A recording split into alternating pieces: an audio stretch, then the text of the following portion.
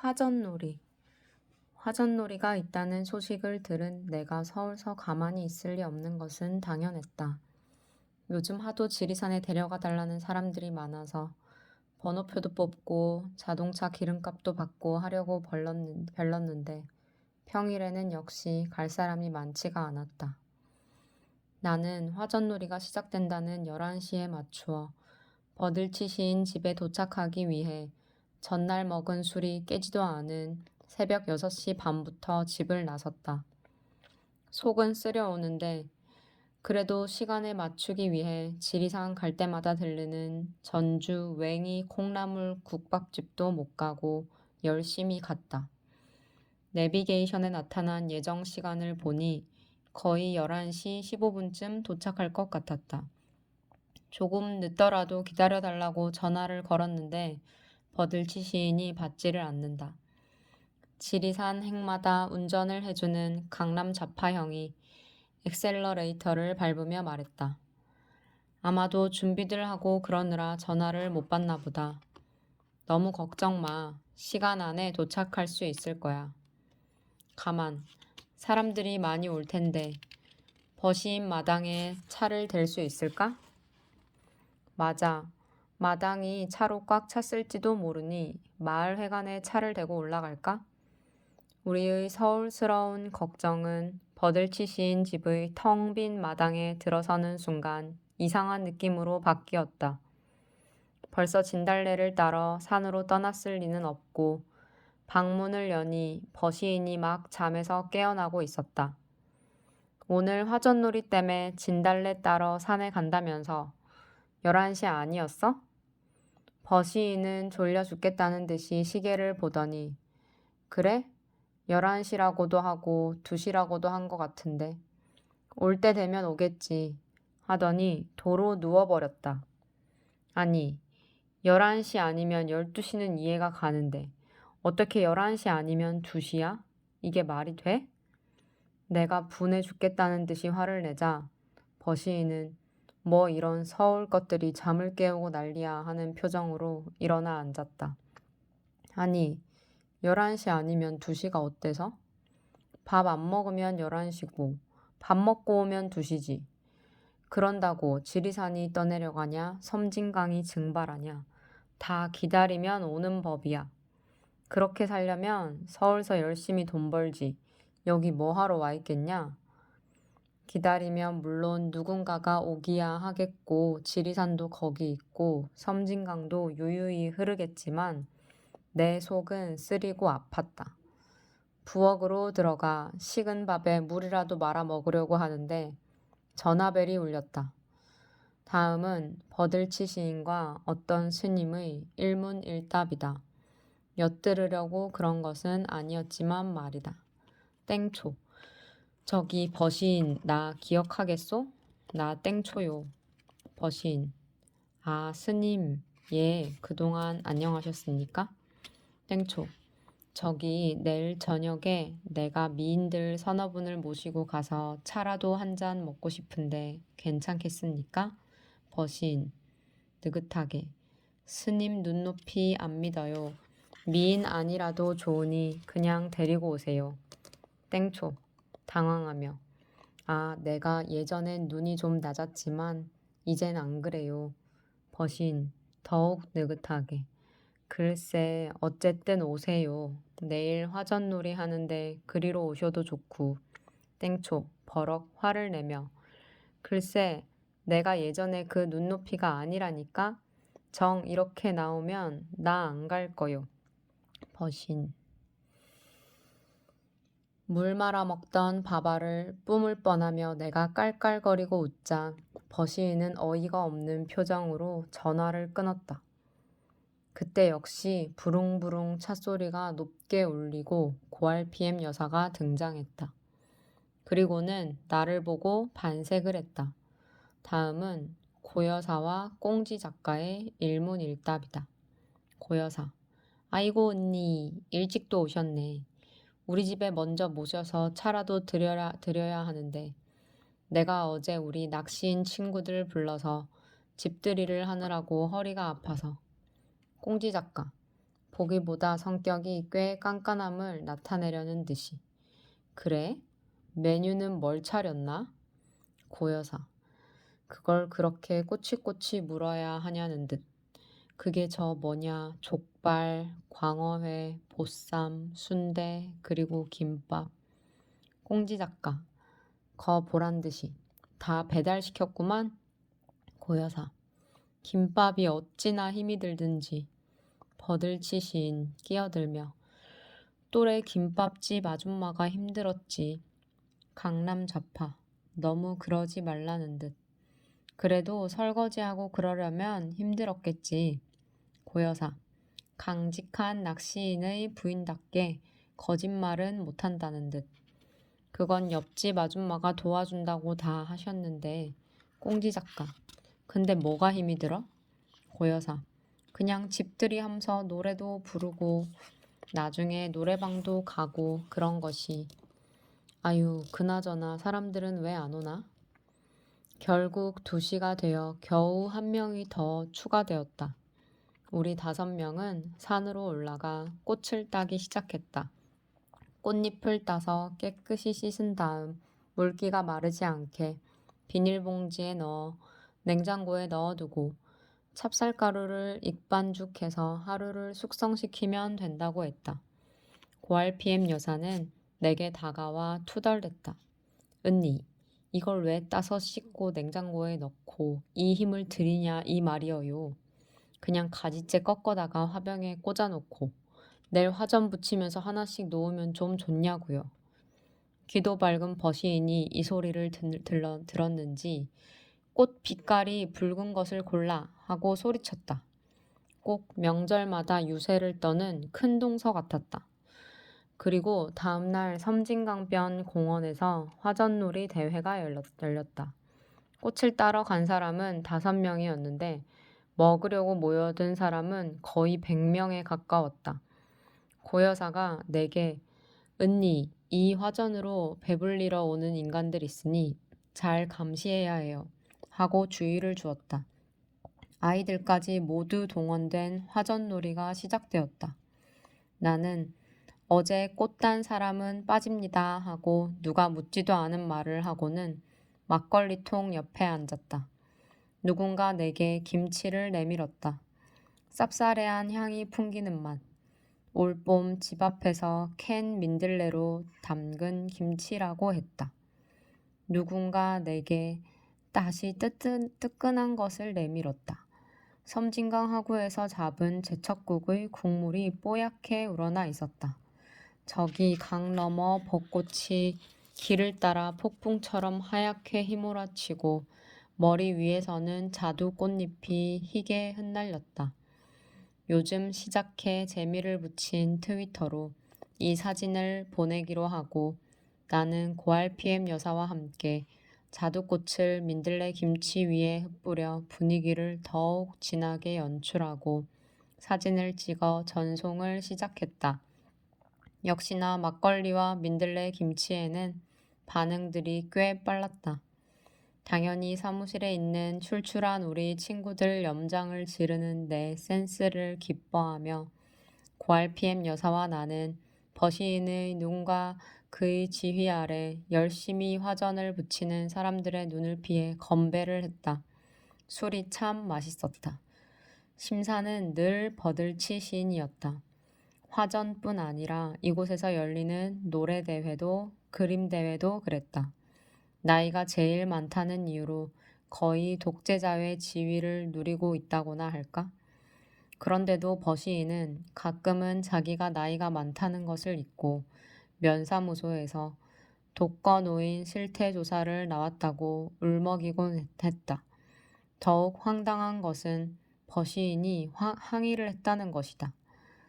저기 아랫집들에 나이 많은 분들 있잖아요. 난 이제 겨우 50일 뿐이라고요.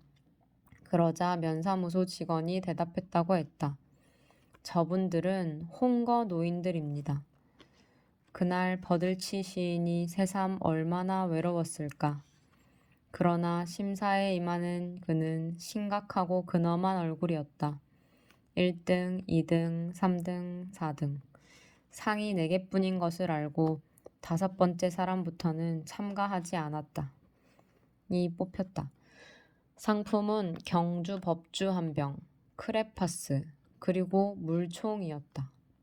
화전으로 에피타이저를 삶고 이윽고 점심 식사 시간 각자가 싸온 도시락을 펴기 시작했다. 고들빼기 김치, 유부초밥, 김밥과 갖은 나물. 우리의 도시락을 책임지기로 한 고여사가 차에서 부산스레 뭐를 꺼내고 있다. 어제 남은 족발이나 김밥을 가져왔나 싶어 바라보니 젓가락을 내밀었다. 우리 도시락은? 내가 묻자 고여사는 방긋 웃으며 다른 사람들이 부지런히 펴놓고 있는 도시락 반찬들을 가리켰다. 그런 거 부지런히 싸려면 서울서 살지 왜 여기 오겠어요? 언니, 그래도 이 젓가락 좋은 거예요. 꽃은 피어 민들레 김치 위로 날리고 뽀얗게 제첩국은 우러난다. 갓 쪄낸 인절미처럼 말캉한 강아지들이 아이들과 뛰노는데 이보다 더 좋을 수 없는 봄날이 그렇게 가고 있었다. 기타리스트의 귀농일기. 하동에는 유명한 말이 있다. 면사무소에 직원들이 앉아 있다가 개량 한복을 입고 누군가 들어서기만 하면 어깨가 빳빳하게 굳어진다는 것이다. 분명 그는 귀농자이고 분명 그는 이 농정에 대해 심각한 불만을 가지고 있고 분명 그는 1시간이 넘도록 조목조목 불합리에 대해 따질 것이고 분명 그는 그것이 잘 실현되는지 아닌지 감시를 계속할 것이고 분명 그는 이 과정을 자기네 무슨 인터넷 카페인지에 다 올려 면사무소의 노 아무개, 박 아무개가 어떻게 일을 처리하는지를 중계방송할 것이기 때문이었다. 하동에는 또 유명한 말이 있는데 여름 아침 자기네들로서는 엄청 일찍 일어나 8시부터 논에 나간 사람들이 풀을 뽑고 있으면 그건 필시 도시에서 귀농한 젊은이들이라는 것이다.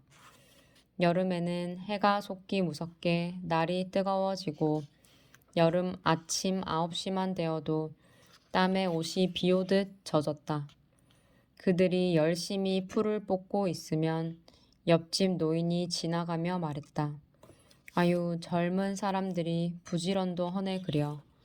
처음엔 그게 당연히 칭찬인 줄 알던 그들이 그게 놀리는 말이라는 것을 아는 것은 대개 그로부터 3년이 지난 후의 일이라고 한다. 농부들은 새벽에 일어나 해가 떠서 뜨거워지기 전에 김을 메고 한낮에는 쉬거나 실내에서 일하니까 말이다. 그 2사람은 산에서 처음 만났다. 여자는 사력 있고 조용한 편이었고 남자는 열성적이고 달변이었다. 대개 이런 두 남녀가 만나면 자석의 다른 극과 같이 끌리기 마련이어서 둘은 곧 사랑에 빠졌고 가정을 꾸렸다. 그들에게는 공통적인 꿈이 있었는데 나이가 조금 들면 산에 가서 살자는 것이었다. 누구라도 그러하듯이 그게 어떤 산인지 그날이 언제인지는 물론 그들이 알지 못했지만 말이다. 사려 깊고 조용한 여자는 안정을 원했고 열정적인 남자는 자유를 원했다. 남자는 머리를 엉덩이까지 내려오도록 기르고 기타 하나 맨 채 서울 낙원상가에 있는 자신의 조그만 중고 악기상과 인천의 집을 오갔다. 퇴근 후에는 부지런히 밤무대에서 기타 연주도 했다. 원래 그의 꿈은 기타를 치면서 사는 것이었는데 그 꿈이 이루어진 것 같았다. 장사도 그럭저럭 잘 되었고 밤무대 수입도 괜찮았다. 그러나 말이 별로 없던 아내는 홀로 집을 지키며 조금씩 시들어갔다. 게다가 나이 30 중반에 아토피 피부염에 시달리게 되었다. 아토피라는 병은 딱히 약도 없는 불치병 아닌 불치병이었다. 어느 날 부인은 혼자서 산으로 가겠다고 선언했다. 등산을 다녀오다가 지리산 자락에 봐둔 집이 있다는 것이었다. 그래서 그들은 지리산 자락에 집을 사게 되었다. 인천 아파트의 전셋값을 빼고 나니 겨우 돈이 맞춰졌다. 혼자 산으로 온 부인은 쓰러져가는 원래의 농가에 살면서 그 집 마당 한 귀퉁이에 집을 짓기 시작했다. 사람을 불러 집을 지을 돈이 없었으므로 충청도에서 목수를 하는 오빠들을 불러 주말에만 조금씩 지어가는 집이었다. 남자도 주말이면 내려와 그들을 도왔다. 작은 집은 장장 1년 반 만에 완성되었다. 그러나 집이 완성된 것보다 더 큰 기쁨이 있었는데 부인의 아토피가 나아가기 시작했고 드디어 완전히 나은 일이었다. 남자는 아직 서울에 머물고 있었다. 인터넷의 보급으로 사람들이 중고 악기를 직거래하기 시작하면서 그의 가게는 급격히 기울기 시작했다. 그는 산에도 가고 싶었지만 패배한 채로 가고 싶지는 않았고 그래서 혼자 애를 쓰고 있었다. 사려 깊고 조용한 부인은 그를 기다려 주었다.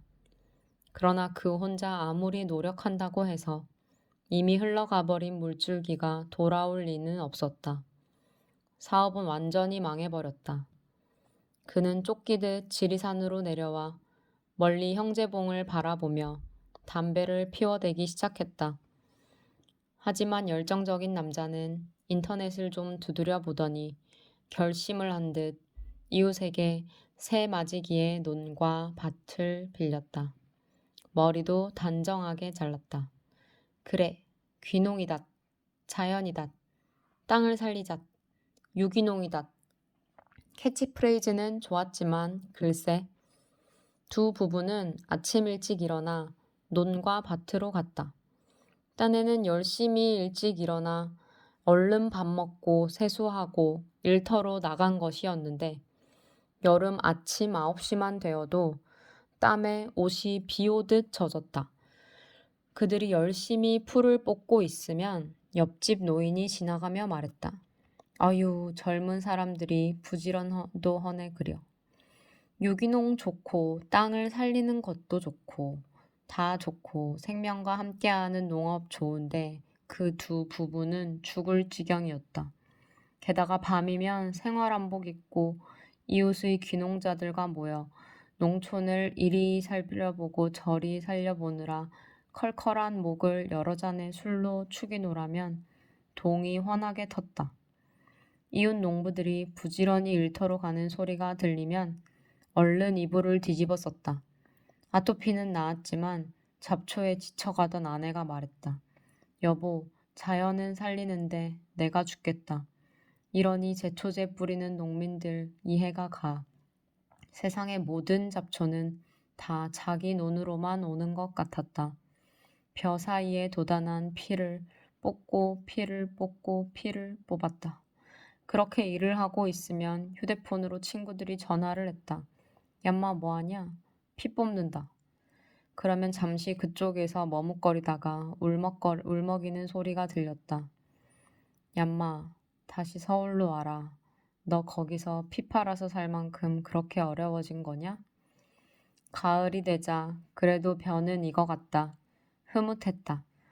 콤바인을 빌려 추수를 해야 하는데 낮에 면사무소에 잘못된 행정에 대해 항의하러 갔다가 농촌 소득 증대를 위한 세미나에 참석하고 저녁에는 귀농자들이 주선하는 정부의 잘못된 농촌 정책 비판 대회에 참여하다가 보니 차일피일 그 시기를 놓치고 말았다. 구례와 하동, 들판의 다른 집 논은 다 새로 이발한 듯 깨끗이 추수가 끝났는데 여기저기 아직 추수 못한 논들이 부스럼 딱지처럼 남아 있었다. 그게 거의 귀농자들의 논이었다. 다른 사람들의 논에서 탈곡한 벼 이삭들이 도로 가장자리에서 노릇노릇 말라가고 있는데 귀농자들의 논의 벼들은 하는 수 없지 않겠나는 듯 우두커니들 서 있었다. 지나가던 노인들이 말했다. 참 신기하네. 요즘 배운 사람들은 벼를 선체로 말리네 그려. 첫해 수확을 헤아려 보니 그래도 담뱃값은 했다. 3년 후 3마지기 빌렸던 논은 2마지기가 되었다가 한마지기로 줄었다가 드디어 텃밭만 남고 다 사라졌다. 생활은 어려워졌다. 부인은 그에게 투정하지 않았으나 그는 술만 마시면 소리소리 질렀다. 자기야, 걱정할 거 없어. 우린 여기 지리산에서 버들치 시인이나 낙장불입 시인처럼 자발적 가난하는 거야. 걱정하지 마. 엉? 자발적 가난이라고. 높고 외롭고 쓸쓸하게. 부인이 말했다. 여보, 여기 지리산이라 높은 건 맞는데 당신은 매일 밤마다 다른 사람들이랑 농촌 살리느라 외롭지는 않잖아. 쓸쓸한 건 나고. 그는 닭을 키우기로 하고 우선 토종 병아리 3마리를 얻어왔다. 벼농사의 뼈아픈 경험을 잊지 않기 위해 절대 처음부터 많이 벌리지 않겠다는 것이 그의 결심이었다. 수탉 1마리에 암탉 2마리, 그리고 조금씩 불려나간다. 그 다음 자유로운 영혼을 가진 세상에서 가장 친환경적인 닭이 키워진다. 그래서 그는 우선 개사부터 큼직하게 지었다. 그의 집에 처음 갔을 때 나는 아침에 혼자 깨어나 마당에 나갔다가 이렇게 좋은 정자가 있네 하고 올라갈 뻔했다. 개사는 궁궐 같았다. 지나가던 노인들이 말했다. 참 신기하네. 요즘 배운 사람들은 닭장도 양옥으로 짓네 그려. 열심히 먹이를 주어서 키웠지만 막상 다 자란 것들을 보니 병아리는 암탉 1마리에 수탉 2마리였다. 당연히 힘센 수탉이 약한 수탉을 공격하게 되었고 그 삼각관계에서 스트레스를 받았는지 암탉 또한 알도 시원치 않게 나왔다. 벼슬이 붉고 깃털이 서슬푸른 멋진 수탉 2마리에 암탉 1마리가 있는 건 모양도 사나웠다. 그는 국리 끝에 암탉을 더 사서 넣기로 했다. 그는 암탉을 사러 길을 나섰다. 노인들이 그에게 어딜 가냐고 묻자 그가 자초지종을 설명했다. 그러자 노인들이 말했다. 참 신기도 하네. 배운 사람들네 수탉은 암컷들이 새로우면 그동안 독수 공방한 수탉에게 양보를 하나 보네. 새로 산 암컷들이 들어오자 힘센 수탉은 새로 들어온 암컷들까지 다 차지해버렸다. 그는 아바의 노래 위너 테이크스 히로를 생각했다.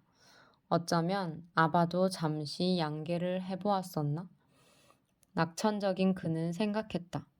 거꾸로 이야기하면 나도 아바가 될 수도. 흐흐흐. 일은 뜻밖의 곳에서 풀렸다. 버들치 시인이 그가 기타를 기가 막히게 연주한다는 것을 알고 동네 밴드의 리드 기타를 제의해온 것이었다. 그의 눈이 빛나기 시작했다. 그렇게 동네 밴드를 결성하고 첫 공연이었다. 공연은 대성공이었다. 그는 바빠지기 시작했다. 구례에서 하동까지, 유치원생에서 60대 노인까지 그에게 기타 레슨을 제의한 것이었다. 얼마 전 만난 그는 싱글벙글이었다. 여기서 다시 기타를 치게 될 줄 누가 알았을까? 산에서도 살고 기타도 치고 그걸로 밥도 먹고 참으로 더 바랄 것이 없어. 그래서 내가 감사하는 마음에 11조를 내려고 얼마 전에 진보신당에 가입했어. 그때 그의 휴대폰에서 문자 오는 소리가 들렸다. 잠시 그것을 들여다보던 그가 투덜거렸다. 진보신당에서 문자가 왔네? 아니, 가입했으면 됐지. 왜 자꾸 문자 보내고 그래? 이 사람들이 아주 열심히네. 참나 그렇게 열심히 정당일 하면서 하려면 내가 서울서 살지 뭐하러 여기 와 있어? 그리고는 어제 한 사람의 귀농자가 여기를 떠났다며 시무룩한 표정을 지었다. 왜? 내가 묻자 그는 태연히 대답했다. 다른 데는 몰라도 부지런한 사람은 여기서는 못 버텨. 내가 의아한 표정을 짓자 그가 다시 말했다. 부지런히 일해서 악착같이 모으려면 서울서 살지. 뭐하러 여기 오냐고. 놀맨, 놀맨. 그런 사람들이 여기 귀농에 성공하는 거요.